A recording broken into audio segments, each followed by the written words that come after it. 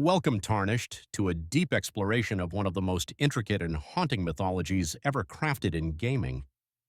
Today we're diving into the lore of Elden Ring, peeling back the layers of From Software's masterpiece to understand the rise and fall of the Golden Order, the shattering that broke the world, and the terrible beauty that defines the lands between. Before we begin, I want you to imagine something. Imagine a world where death itself was stolen, locked away, hidden from all living things. Imagine an age where the natural cycle of life and decay was interrupted by divine intervention, where a goddess imposed her perfect vision of order upon reality itself. Now imagine that order breaking. Imagine the chaos, the war, the desperate grasping for power when that golden perfection shatters into pieces. That's where our story begins, but to understand the shattering, we must first understand what came before.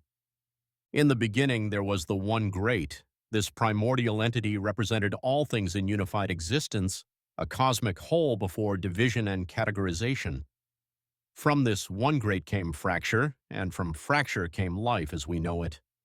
But this is ancient history, so ancient that even the most learned scholars in the lands between can only speculate.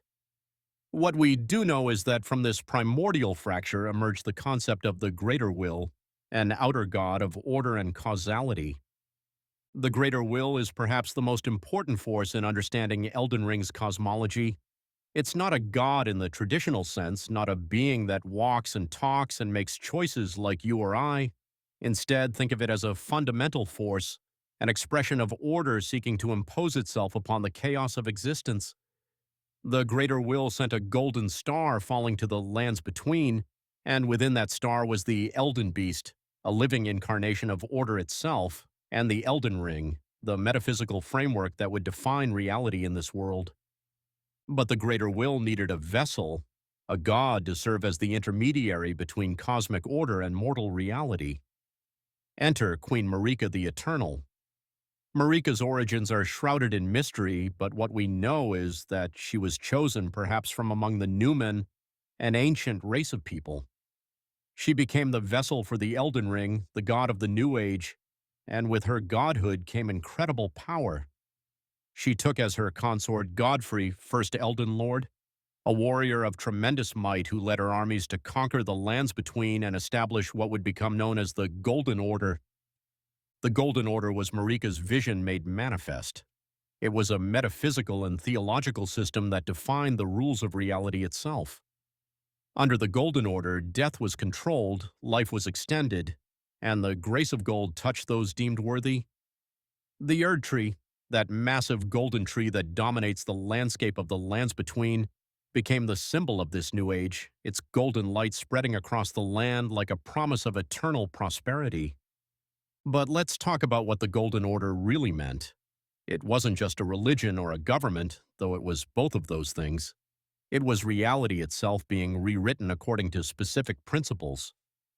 Marika literally removed the Rune of Death from the Elden Ring and gave it to her shadow Malekith for safekeeping. Without death, the natural cycle was broken. Souls couldn't move on, couldn't return to the Erd Tree to be reborn.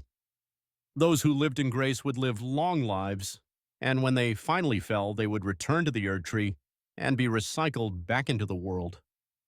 This sounds almost utopian, doesn't it?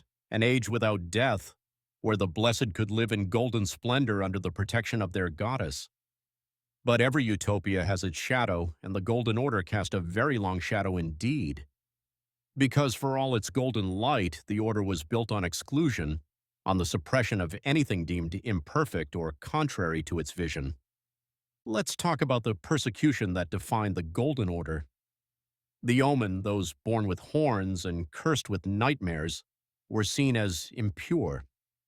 If you were born into royalty as an Omen, like Morgoth and Mog, you were imprisoned beneath the capital, hidden away in shame. If you were common-born an Omen, your horns were crudely cut off in a ritual that often led to death. The misbegotten, hybrid creatures of human and beast were enslaved and treated as less than human. The Albinaurics, artificial life forms created in an age before the Golden Order, were hunted and killed, their village burned, their people scattered and persecuted.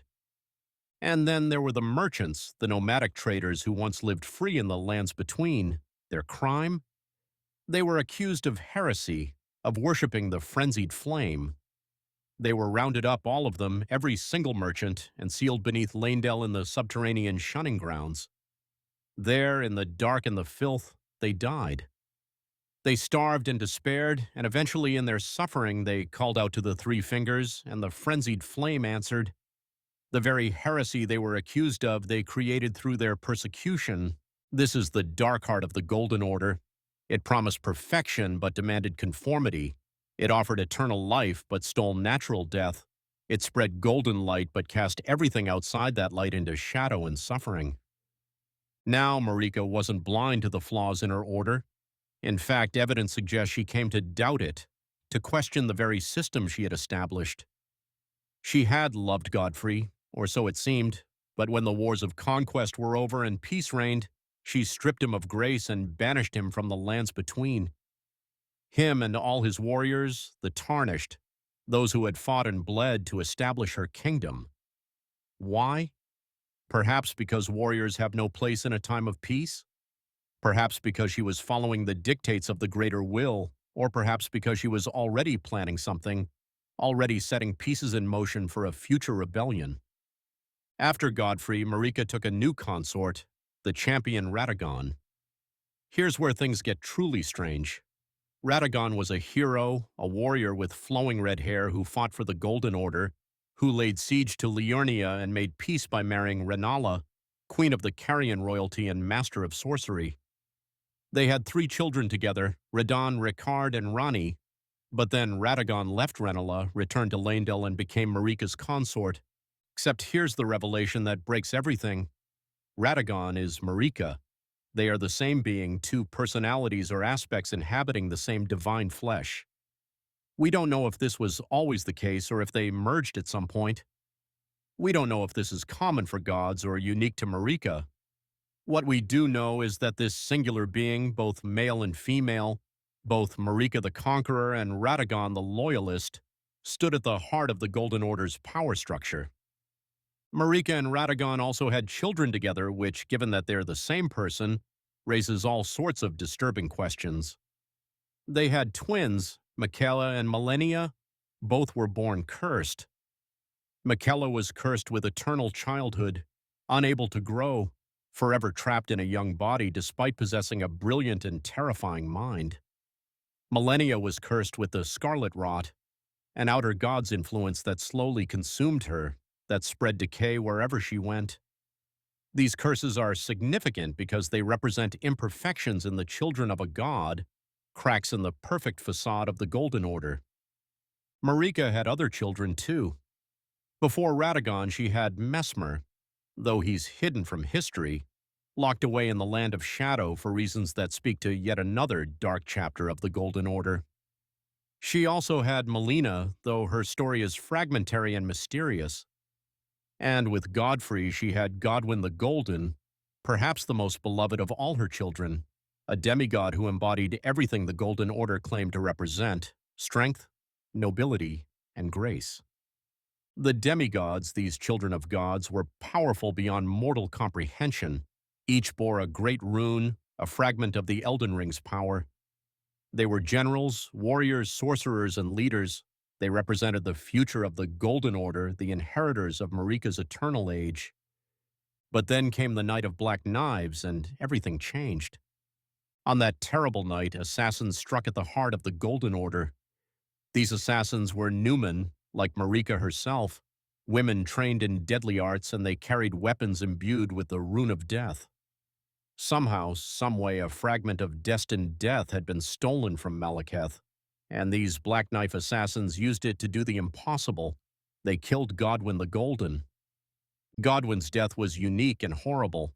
He was the first demigod to die, the first to perish since death had been sealed away, but his death was incomplete.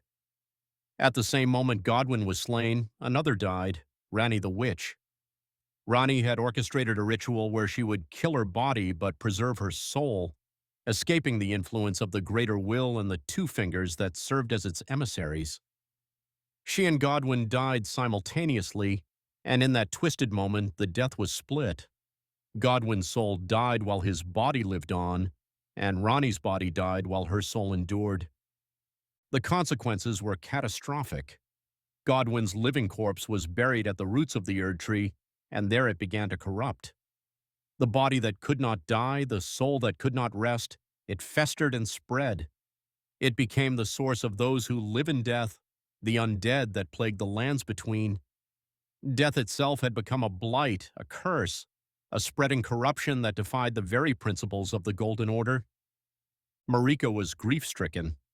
The loss of Godwin, her beloved son, broke something in her. Or perhaps it was the final push she needed to do what she'd been planning all along. In her chambers within the Erd tree, Marika the Eternal raised her hammer high and brought it crashing down upon the Elden Ring itself.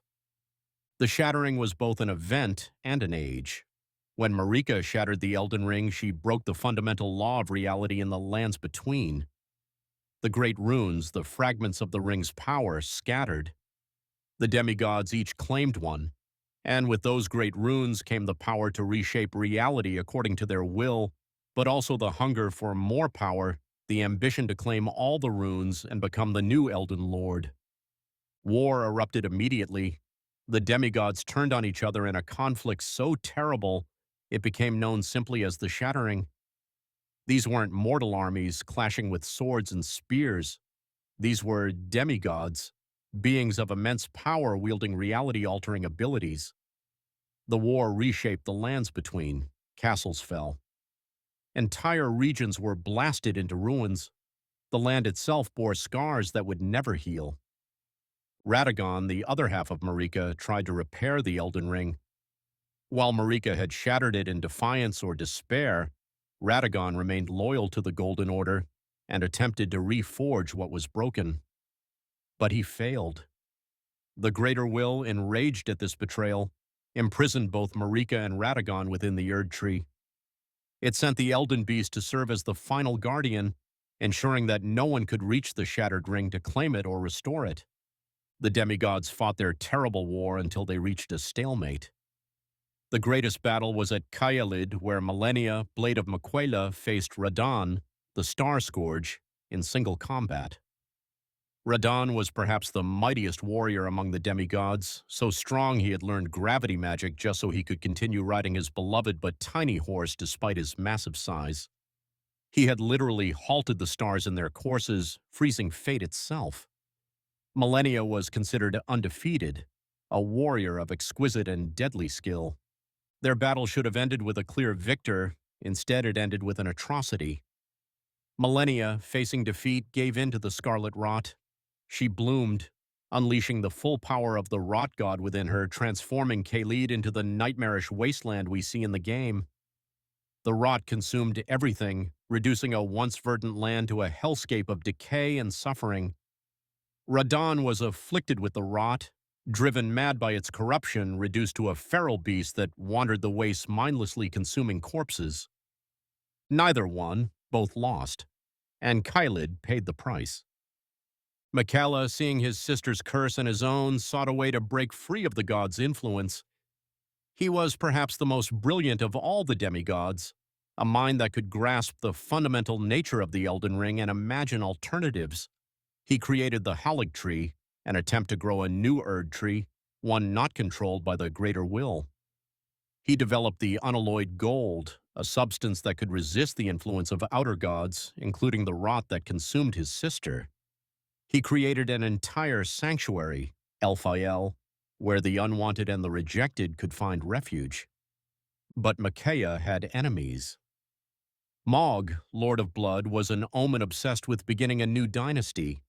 He kidnapped Micaiah from his cocoon at the base of the Halig Tree, where Michaela had encased himself, attempting to break his curse of eternal youth. Mog took Michaela to Mogwyn Palace and tried to raise him to godhood, creating a new age of blood to replace the Golden Order. But Michaela remained in his cocoon, unresponsive, and Mog's dynasty remained a fever dream. Rykard, another demigod, took a different path. Disillusioned with the Golden Order and the pointless war of the Shattering, he allowed himself to be devoured by the god-devouring serpent, merging with it and becoming a blasphemous monstrosity. His goal was simple: to devour the gods themselves, to end the age of the Elden Ring by consuming everything divine. He established a cult of blasphemy in Mount. Gelmir and his followers fed him champions and warriors, growing his power.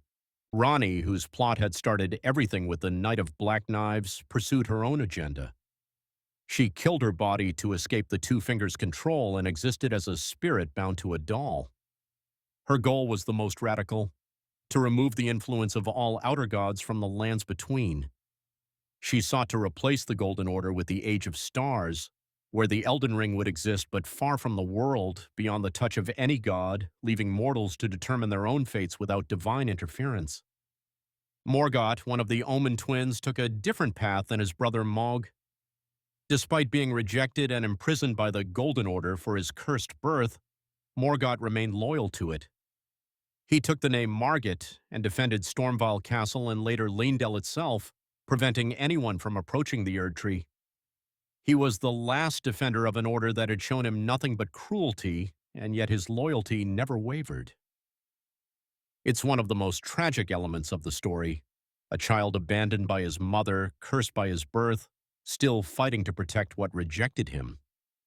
Godric the Grafted represents the grotesque endpoint of desperation for power.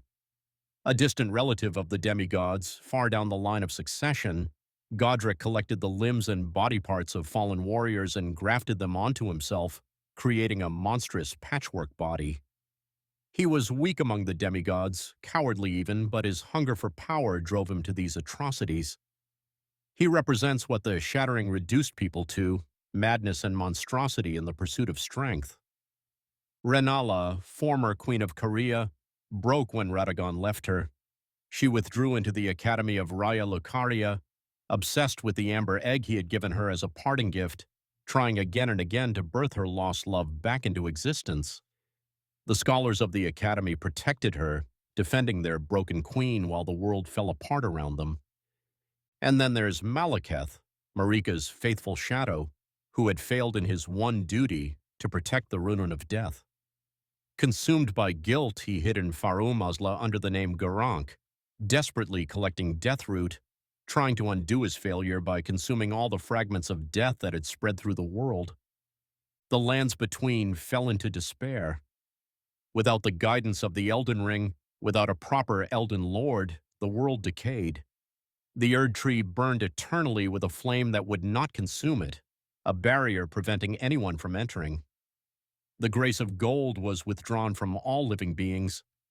Merchants huddled in caves, afraid to draw attention. Common folk suffered under the endless wars of the demigods. The very land itself seemed to rot and wither. This is where you come in, Tarnished. The Tarnished were those stripped of grace and exiled long ago by Marika. They lived and died beyond the lands between, their souls unable to return to the Erd Tree. But after the Shattering, grace was restored to the Tarnished, visible as golden light pointing the way forward. They were called back to the lands between with a singular purpose: to claim the great runes, defeat the demigods, and become the Elden Lord. But why? Why call back those you exiled? Was this Marika's plan all along? Did she strip grace from Godfrey and his warriors, knowing that one day they would be needed, that an outside force would be required to break the stalemate and restore order? Or was this the Greater Will's doing, a final attempt to find someone, anyone who could repair the Elden Ring? The beauty of Elden Ring's narrative is that it doesn't give you clear answers. You piece together the story from item descriptions, from environmental details, from conversations with the few NPCs still clinging to sanity in a broken world. You find the ruins of great civilizations, the eternal cities that worship the stars and were destroyed for their blasphemy, buried underground and infested with ant-like servants. You discover the shambling mounds of Godwyn's corrupted body spreading death through the roots of the Erd Tree. You witness the horror of Mogwyn Palace, where Mog bathes in blood and dreams of his new dynasty. Let's talk about the endings, because they represent different visions for what comes after you defeat the Elden Beast and claim the right to reshape reality. In the Age of Fracture, you simply repair the Elden Ring and become Elden Lord, maintaining the status quo. The Golden Order continues, perhaps with some modifications, but the fundamental structure remains. It's the default ending, the conservative choice, restore what was broken without fundamentally changing it. The Age of Order, available through Goldmask's Quest, seeks to perfect the Golden Order by removing the gods from the equation entirely. The problem, as Goldmask discovered, wasn't the Order itself, but the fickleness of the gods who controlled it. Create perfect order without divine whim, and perhaps it could actually work. The Blessing of Despair, through Dung Eater's Quest, spreads the omen curse to all living things. It's the most horrific ending, condemning every child yet to be born to a cursed existence. It's not just revenge against the Golden Order's persecution, it's the annihilation of any hope for future generations. The Age of Stars, achieved through Ronnie's quest line, removes the Elden Ring from the world entirely. Ronnie becomes a god, but a distant one, and she takes the Order far from the lands between, leaving humanity to chart its own course without divine oversight. It's freedom, but it's also abandonment, the gods leaving mortals to determine their own fate for better or worse. And then there's the Lord of Frenzied Flame ending, the most destructive of all. The Frenzied Flame seeks to burn away all existence, to return everything to the primordial chaos from which it came. It's the philosophical opposite of the Greater Will's order, absolute chaos, the destruction of all division and distinction, everything melting back into the one great. It's an ending born from the suffering of those merchants sealed away beneath Lanedell, their despair calling forth a power that wants to end all suffering by ending all existence. Each ending represents a different philosophy about order, chaos, freedom, and control. Do you restore the old system, perfect it, destroy it, replace it, or burn everything down and start from nothing? There's no clear right answer, and that ambiguity is intentional. What makes Elden Ring's lore so compelling is how it examines power and its consequences. The Golden Order promised eternal peace but built it on exclusion and suffering. The demigods fought for power but destroyed the world in their war. Every faction, every character has understandable motivations and terrible methods. Marika wanted to free herself from the Greater Will's control, so she shattered reality. Mog wanted to escape persecution for his curse, so he kidnapped his half-brother and tried to force him into godhood.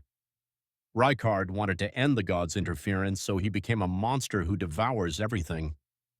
The game asks uncomfortable questions about order and freedom. Is a perfect order worth the suffering of those deemed imperfect? Is freedom worth the chaos it brings? Can you break a system from within, or does trying to reform it just perpetuate its problems? When does protection become oppression? When does revolution become atrocity? These aren't abstract philosophical questions in Elden Ring. They're embodied in every location you visit. The subterranean shunning grounds show you what happens to people deemed unworthy of the Order's grace. Kylid shows you the cost of pride and desperation. The Hollig Tree shows you an attempt to create something better that ultimately failed. Crumbling Farum Azula, that city outside time itself, shows you the ruins of an age before the Golden Order, a reminder that all empires fall. Let's talk about the minor characters because they illuminate the world as much as the major players. Take Bach the Seamster, a demi-human who just wants to serve you and feel beautiful, or Millicent, one of Millennia's daughters trying to resist the rot and forge her own identity. There's Alexander, the warrior jar, a being made from the remains of dead warriors who dreams of becoming the greatest fighter in the lands between. Brother Corrin, a faithful monk who struggles when he discovers the truth about the Golden Order's imperfection. Nephili Lu, a warrior seeking her purpose in a world without clear direction. These characters aren't gods or demigods, they're people trying to survive and find meaning in a shattered world. Their stories are smaller in scope but no less meaningful. They remind us that beneath the cosmic struggle between gods and outer gods, there are individuals just trying to live, to love, to matter. The environmental storytelling deserves special mention. From Software has always excelled at this, but Elden Ring takes it to another level. Every castle tells a story. Look at Castle Morn in the Weeping Peninsula, where the misbegotten revolted against their masters, a microcosm of the larger conflicts about oppression and resistance. Look at Volcano Manor, where Rykard's family perpetuates his blasphemous legacy. Look at Leyndell itself, a capital city that's literally built on the corpses of those the Golden Order deemed unworthy, their bodies interred in the catacombs beneath the streets. The Lands Between is a world haunted by its past. Everywhere you go, you're walking through ruins, through the remains of civilizations and orders that have fallen. The game doesn't just tell you about the fall of the Golden Order, it shows you layer by layer how we got here. We should talk about the outer gods, those cosmic forces that exist beyond the Lands Between and vie for influence over it. The greater will seeks order and causality. The formless mother, whom Mog serves, represents blood and dynasty. The god of rot wants only to spread decay. The frenzied flame seeks to burn everything away. The dark moon that Rani serves represents cold, distant fate. These aren't gods in the sense of beings who care about worship or morality. They're fundamental forces, aspects of reality personified, and they're all trying to impose their nature upon the world. The tragedy is that the Lands Between is just a battlefield for these forces. The people who live there, from the mightiest demigod to the lowliest peasant, are caught between cosmic powers that don't really care about their suffering. When Marika established the Golden Order, she thought she was creating a perfect world. But she was just making the Lands Between into an expression of the greater will's nature, and in doing so, she suppressed all the other aspects of existence that didn't fit that vision. When the ring shattered, those suppressed forces came rushing back. The rot spread unchecked. Death returned in corrupted form. Blood cults emerged. The frenzied flame found purchase in desperate hearts. The shattering wasn't just political, it was metaphysical. It was reality itself fracturing along the fault lines that had always existed but had been suppressed by the Golden Order's rigid structure. So where does that leave us, Tarnished? You're not a hero in the traditional sense. You're not here to save people or make the world better, at least not explicitly. You're here because you are called to be here, because grace guides you to kill demigods and claim their power. You're a pawn in a cosmic game manipulated by forces beyond your comprehension. But here's the thing, you get to choose. Unlike Marika, who was chosen by the greater will, unlike the demigods born into their roles, you actually have agency. You can decide what to do with the power you accumulate.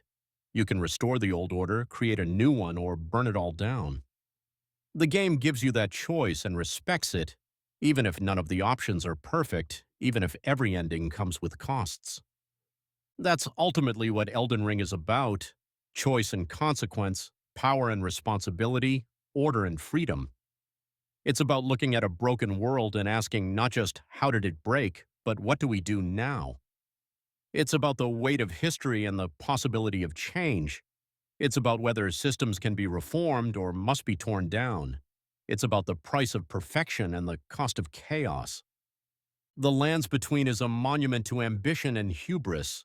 Every ruined castle, every broken statue, every corrupted forest is a reminder that all the great powers thought they could control reality, could impose their will on existence itself, and they all failed. The gods failed, the demigods failed, the Golden Order failed. Every system, every vision, every attempt to create a perfect world ended in ruin. And now it's your turn to try. Maybe you'll succeed where they failed. Maybe you'll just create a new form of oppression or chaos. Maybe the world is too broken to be fixed, and the best you can do is choose which flavor of broken you prefer. The game doesn't judge you for your choice. It simply presents the options and lets you live with the consequences. In the end, Elden Ring's lore is a tragedy about power and its limitations. Marika had the power of a god and couldn't prevent her son's death or her own imprisonment. The demigods had great runes and couldn't end their pointless war. The greater will had ultimate authority over reality and couldn't prevent its own agent from shattering its precious ring. Power alone solves nothing. It just raises the stakes of failure. As we close this journey through the Lands Between, I want you to think about why these stories resonate. It's not just because the lore is complex or because the world building is detailed, though both those things are true. It's because Elden Ring asks real questions about how we organize society, how we deal with those who don't fit our idea of perfection, how we handle power when we get it, and what we're willing to sacrifice for our vision of a better world. The Lands Between is a dark mirror reflecting our own struggles with these questions. The Golden Order's persecution of the omen and misbegotten echoes real-world oppression of those deemed different. The Shattering's endless war reflects how power struggles destroy the very things people fight over. The various endings represent different political philosophies, different visions of what society should be. This is why people spend hours analyzing item descriptions and debating lore theories. It's not just about understanding the story, it's about understanding what the story means, what it's trying to say about power, order, freedom, and the human condition. So tarnished, as you journey through the Lands Between, as you fight your way through Limgrave and Liurnia, through Caelid and Mount, Gelmer as you climb to the snowy peaks of the mountaintops of the giants and descend into the roots of the Erd Tree, remember that you're walking through history. Every location has a story. Every enemy has a reason for being there. Every item description is a piece of a larger puzzle. The Lands Between is broken, but it's broken in comprehensible ways. The tragedy isn't random. It's the inevitable result of specific choices made by gods and demigods who thought they could control reality. And now you're here, called back from death, guided by grace, to either restore what was broken or build something new from the fragments. Rise, tarnished. The Elden Ring awaits, shattered and calling. What you do with its pieces, what kind of world you create from the ruins of the old, that's your story to write. The Lands Between has seen gods and demigods fail. Maybe a tarnished can succeed. Or maybe you'll just add another layer to the ruins, another failed attempt at perfection for future archaeologists to puzzle over. That's the beauty and the terror of it all. The choice is yours, and there are no perfect answers, only consequences you'll have to live with. Welcome to the Lands Between. Welcome to Elden Ring.